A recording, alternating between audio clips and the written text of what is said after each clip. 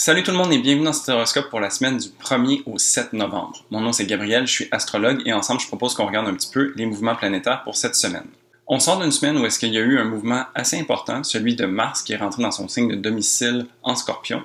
Et donc ça vient quand même changer un petit peu la donne. Ça vient faire en sorte que Mars est beaucoup plus actif et présent dans les prochains jours et puis se voit aussi beaucoup plus puissant. Donc, précédemment, il était en balance, ou est-ce qu'il était un petit peu plus passif, qu'on pourrait dire, ou est-ce qu'il y a besoin d'avoir l'opinion des autres à prendre en compte et de garder une certaine harmonie. Avec le Scorpion, maintenant, on peut peut-être voir qu'il y a eu une accumulation pendant le transit de Mars en balance, et puis que ça a besoin de sortir. Donc, c'est peut-être à ce niveau-là. On va avoir un petit peu plus de confrontation potentielle avec ce placement.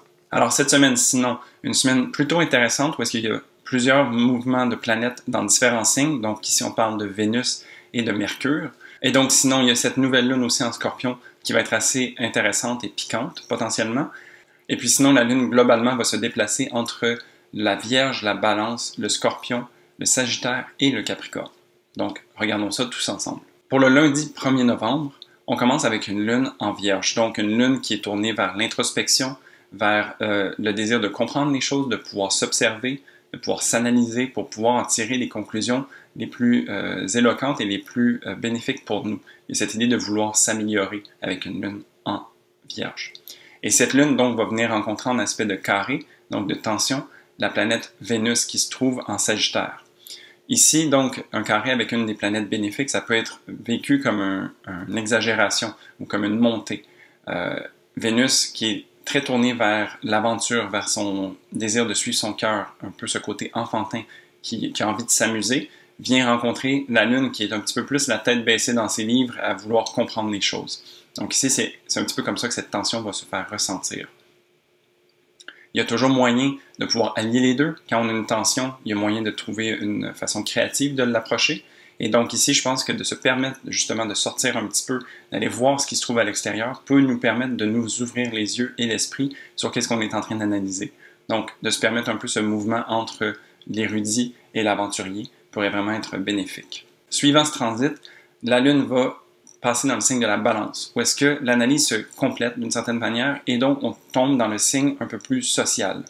La Lune représente notre monde intérieur, nos émotions, mais aussi la façon qu'on a de prendre soin de soi et prendre soin des autres. Et donc ici, le travail qu'on a fait sur soi avec la Lune en Vierge vient être adouci un petit peu, puis on vient tourner ça à l'échange aussi. Donc c'est un travail un petit peu plus introspectif et avec soi-même, peut-être qu'on a vécu avec la Lune en Vierge. Et donc dans ce changement de signe avec la Balance, on s'en va vers les autres, on s'en va voir un petit peu qu'est-ce qui a été l'expérience des autres pour pouvoir l'intégrer également et pouvoir partager aussi son expérience. Donc c'est à travers l'échange qu'on va tous pouvoir s'appuyer l'un sur l'autre.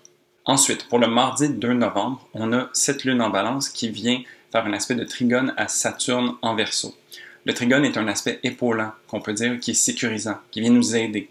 Puis Saturne, on se rappelle, est en train de construire les choses, les fondations sur lesquelles on va se bâtir pour les années à venir. Donc il y a vraiment un travail de fond qui est fait ici avec Saturne en Verseau, qui a le regard tourné vers le progrès puis l'amélioration. Tu sais, on s'adapte un petit peu à l'environnement qu'on a tout en le co-créant. Et donc, cette lune qui vient parler un peu de qui nous sommes, où est-ce que notre cœur se trouve à travers tout ça. Et donc, on le voit bien qu'à travers les énergies de la balance, ça se passe à travers l'échange, à travers la relation à l'autre. Donc ici, c'est de voir comment est-ce que le travail qu'on fait à l'intérieur de nous peut être impacté ou impacter les autres qui nous entourent et ainsi avoir une espèce d'effet boule de neige qui fait en sorte que la cohésion sociale s'installe à travers l'échange et on est en train de construire quelque chose qui est peut-être plus aligné avec qui nous sommes globalement. Pour le mercredi 3 novembre, la Lune va venir rencontrer les deux bénéfiques successivement. Donc, on parle d'un trigone avec Jupiter et d'un sextile avec Vénus. Donc ici, vraiment, le trigone, comme je disais plus tôt, c'est un effet de support où est-ce qu'on est épaulé à travers ces mouvements-là. Et puis, le sextile avec Vénus vient offrir des opportunités. Alors ici, je pense que la Lune se voit être très choyée à venir recevoir des effets positifs et optimistes de la part de Jupiter et de Vénus. Donc vraiment, on a le cœur léger, on est en train de voir un peu le bon côté des choses, on est capable de s'unifier aussi, de voir en fait que le jeu de miroir se fait et nous est bénéfique et est bénéfique aux autres personnes aussi. Donc il y a vraiment ce bel échange qui vient être présenté pour nous.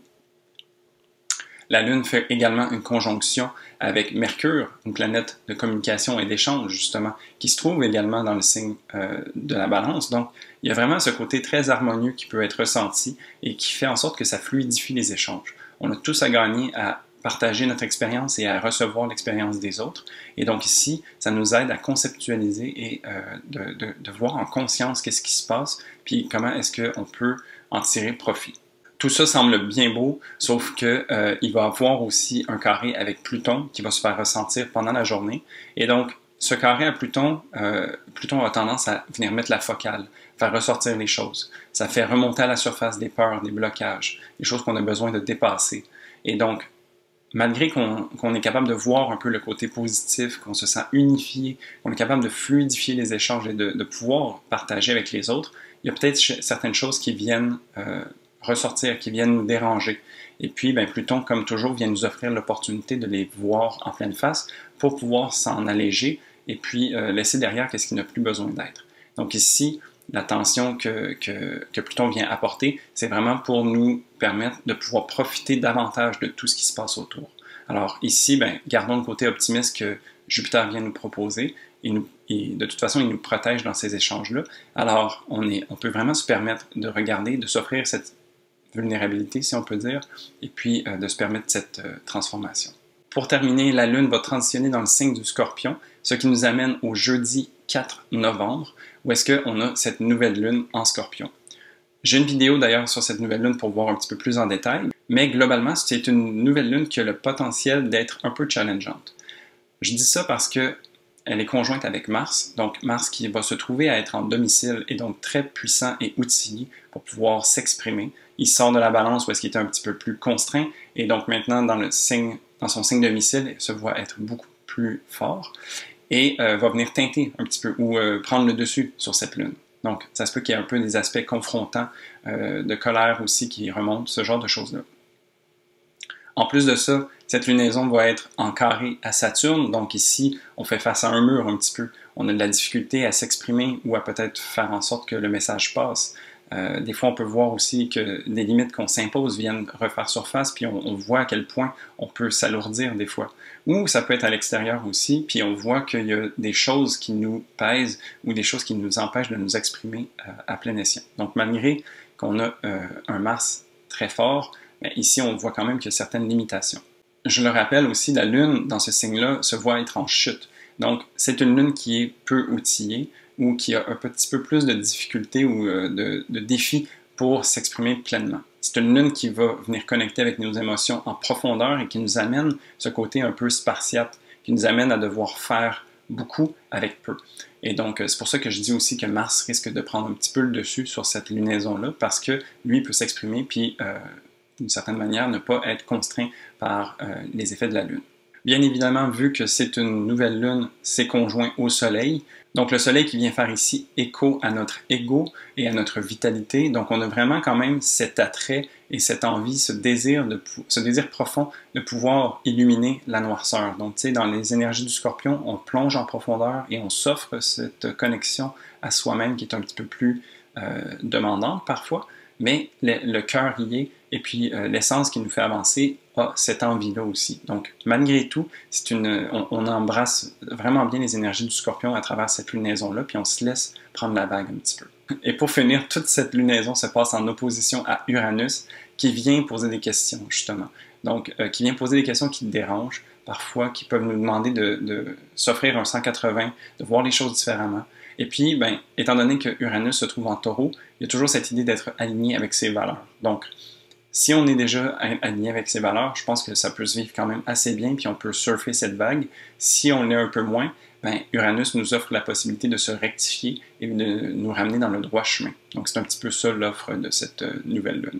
Donc, ensuite, pour le vendredi 5 octobre, on a Vénus qui va transitionner dans le signe du Capricorne. Vénus, c'est une planète qui parle de nos plaisirs, de notre façon d'être en relation aux autres. C'est nos valeurs, nos choix. C'est un petit peu ça que ça l'exprime. C'est notre façon d'aimer aussi. Dans le signe du Capricorne, se voit être un petit peu plus atténué, si je peux dire. Parce qu'on peut imaginer que Vénus est une planète un peu plus ronde, qui est un petit peu plus douce et tout ça. Mais le signe du Capricorne vient offrir une certaine rigidité ou une certaine froideur, qui est peut-être pas nécessairement ce que Vénus préfère. Ce qui est intéressant de Vénus dans cette position-là, c'est la loyauté qui ressort, c'est le désir d'engagement. Donc, c'est vraiment un positionnement qui fait en sorte qu'on a envie de s'offrir, d'être en accord avec ses choix et ses valeurs, et puis de les porter. Donc, il y a vraiment cette idée de se mettre en accord avec tout ça, et puis de les incarner, parce que c'est un signe de terre aussi, le Capricorne, et donc il y a besoin de cette tangibilité. Il y a besoin de pouvoir asseoir toutes ces choses-là sur une base solide, puis c'est un petit peu ça qu'on vient travailler ici. Autrement, il y a Mercure donc qui va sortir du signe de la Balance pour entrer dans le Scorpion, qui vient ajouter un petit peu ce côté piquant et ce côté de confrontation qui va peut-être pouvoir se faire ressentir.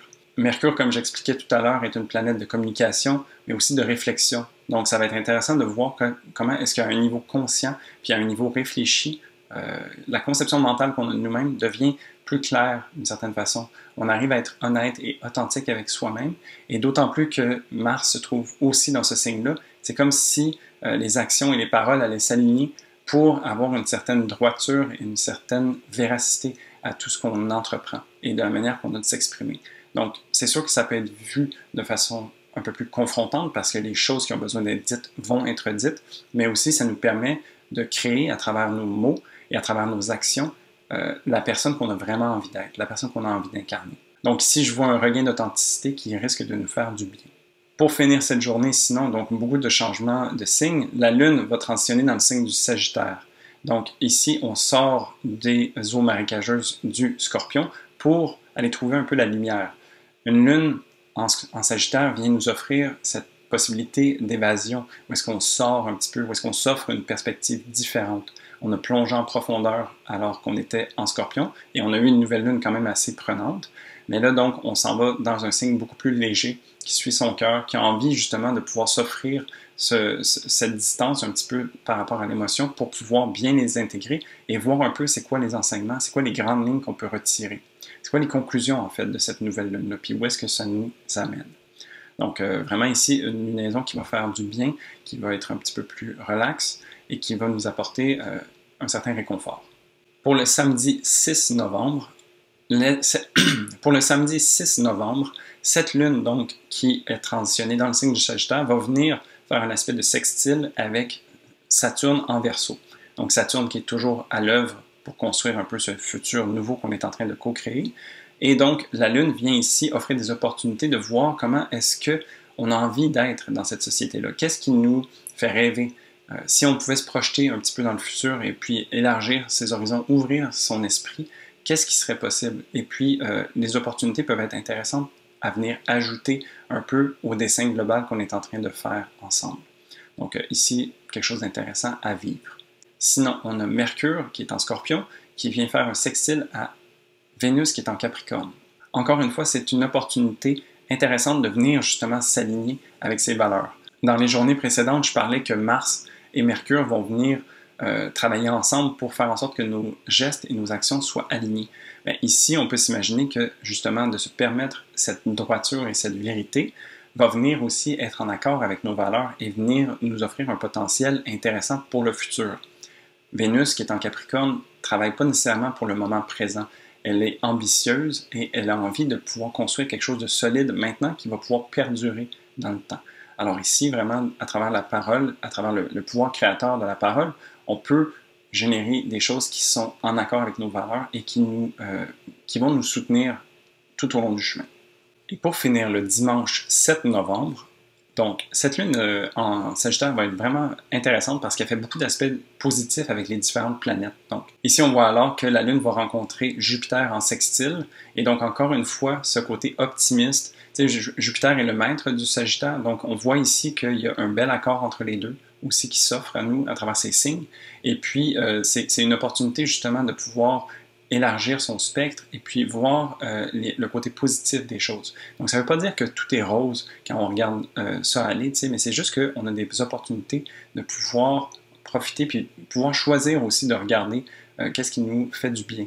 Donc aussi, il y a cette idée de répondre à ses besoins et puis de voir, en fait, d'être très lucide par rapport à ce qui nous fait du bien et puis d'aller dans ce sens-là. Donc ici, un aspect positif et qui vient nous englober, qui fait du bien. Et finalement, on termine la semaine avec la Lune qui va changer de signe pour une dernière fois. Donc, il y a beaucoup de changements de signe aussi cette semaine pour la Lune, et il va se retrouver dans le signe du Capricorne. Le signe du Capricorne, donc, qui est un endroit où est-ce qu'on regarde les choses en face. On a eu une partie de plaisir un petit peu avec la Lune en Sagittaire, où est-ce qu'on a décidé de s'offrir un peu un lâcher-prise, où on a envie de suivre son cœur et tout ça. Et donc, la Lune en Capricorne revient de ce voyage qu'on s'est permis et vient faire un bilan des choses, vient regarder les choses en face et vient s'assurer de faire en sorte que tout ce qu'on a pu aspirer à, ou tous les rêves qu'on a voulu chatouiller ou ce qui nous a fait plaisir, en fait, qu'on puisse être capable d'y trouver des bases solides sur lesquelles se construire. Donc, ça, c'est un des éléments que la Terre peut apporter. C'est vraiment cette idée de coupole, si on peut dire, et de récipient pour pouvoir y mettre nos rêves et nos aspirations. T'sais. Et donc aussi, ça nous permet de matérialiser les rêves et de pouvoir en profiter dans notre monde concret, ce qui est super intéressant à voir aussi avec ça. C'est une lune cependant qui est un petit peu plus froide et qui demande une certaine rigueur, un certain travail, mais c'est toujours dans l'idée de pouvoir profiter des fruits que ça va générer plus tard. Puis, tu sais, c'est aussi intéressant de voir que la Lune va entrer dans ce signe-là et que Vénus y est depuis peu aussi. Donc, c'est vraiment un bon moment aussi pour faire en sorte que ces besoins qui sont représentés par la Lune et nos choix qui sont représentés par Vénus se mettent en accord pour pouvoir générer et construire quelque chose d'intéressant et qui est en accord avec qui on est. Donc ici, je pense que ce transit dans le signe du Capricorne a vraiment une belle potentialité pour le futur. Et donc voilà, ça fait le tour de la semaine. Vraiment une belle semaine qui nous offre une belle intégration. Il y a aussi quand même un moment assez intense qui est à prévoir au milieu de la semaine. Mais étant averti, je trouve que c'est déjà une bonne partie de fait. Et puis de se permettre en fait de vivre ces émotions-là. Il y a une certaine intensité qui va venir avec une nouvelle lune en Scorpion. Et donc, de se permettre de vivre ça en conscience, c'est un beau cadeau que vous faites.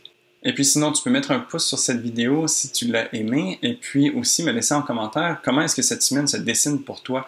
Est-ce que c'est en accord avec les astres? Est-ce que tu vas avoir des réajustements à faire? Je serais vraiment curieux de pouvoir échanger avec toi à ce niveau-là. Puis aussi, ça permet en sorte d'aider l'algorithme de YouTube qui fait en sorte que mes vidéos sont vues par plus de monde. Donc si tu le fais, j'apprécie grandement. Puis sinon, là-dessus, je te dis à la prochaine pour un prochain horoscope. Salut!